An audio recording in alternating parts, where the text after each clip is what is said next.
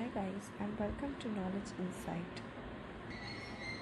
So today we are going to start with first chapter of Law CA Final which is Declaration and Payment of Dividend. Now let's start with the meaning of dividend. What is a dividend? It is a payment made by a company to its shareholders as distribution of profits, that is a proportion of profits earned and allocated as payable to shareholders yearly or whenever declared. So basically, it means that whatever remains after our company's expenses, if we decide to allocate them as dividends or earnings to shareholders, we call it as dividend. A dividend is allocated as a fixed amount, generally in percentage per share, with shareholders receiving a dividend in proportion to their shareholding. So it means that if I have 100 shares, a percentage of the value would be given to me as dividend. So basically it means that there will be no bias between someone who has 100 or 1000 shares. The percentage remains the same.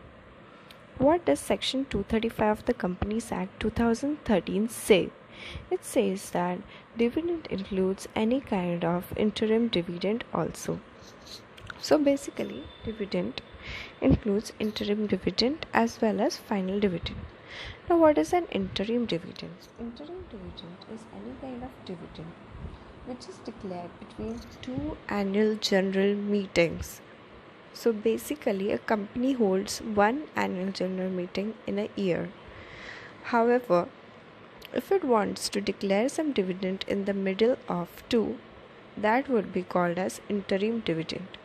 And what is the final dividend? It is declared once in a year in the annual general meeting. Now, what is an annual general meeting and when is it held? All that will be covered in the upcoming chapters.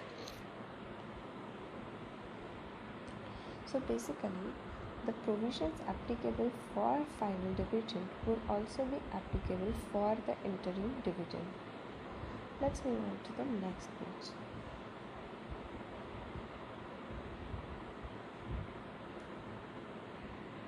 Let's have a look at what does this diagram say according to the nature of the shares. So shares are divided into preference shares and equity shares. We all know what are preference and equity shares.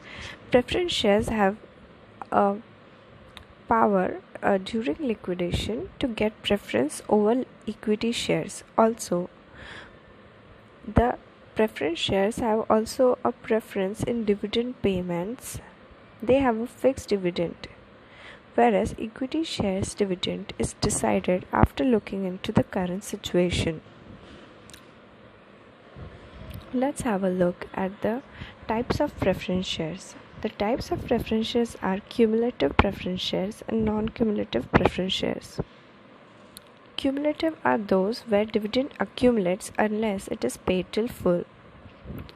Now, what does it mean? Generally, preference shares are redeemable. We all know that. So, after some years, when the amount of the preference shares get redeemed in the cumulative preference shares, the amount of the dividend would get redeemed along with the amount of the preference shares.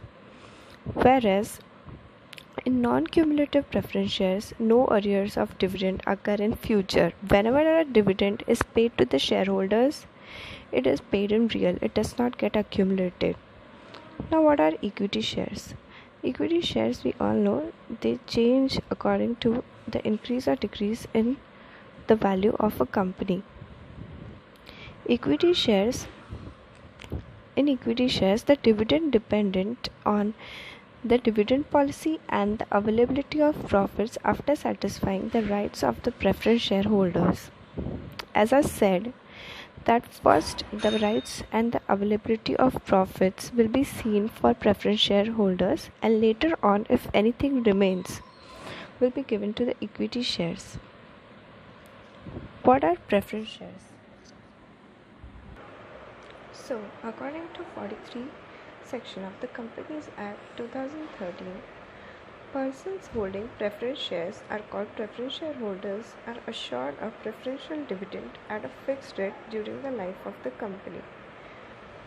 So we have already seen this. Now let's move on to what are equity shares. Equity shares are those shares which are not preferred shares. It means that they do not enjoy any preferential rights in the matter of payment of dividend or repayment of capital. So we have already seen this too. Let's move on to the next part.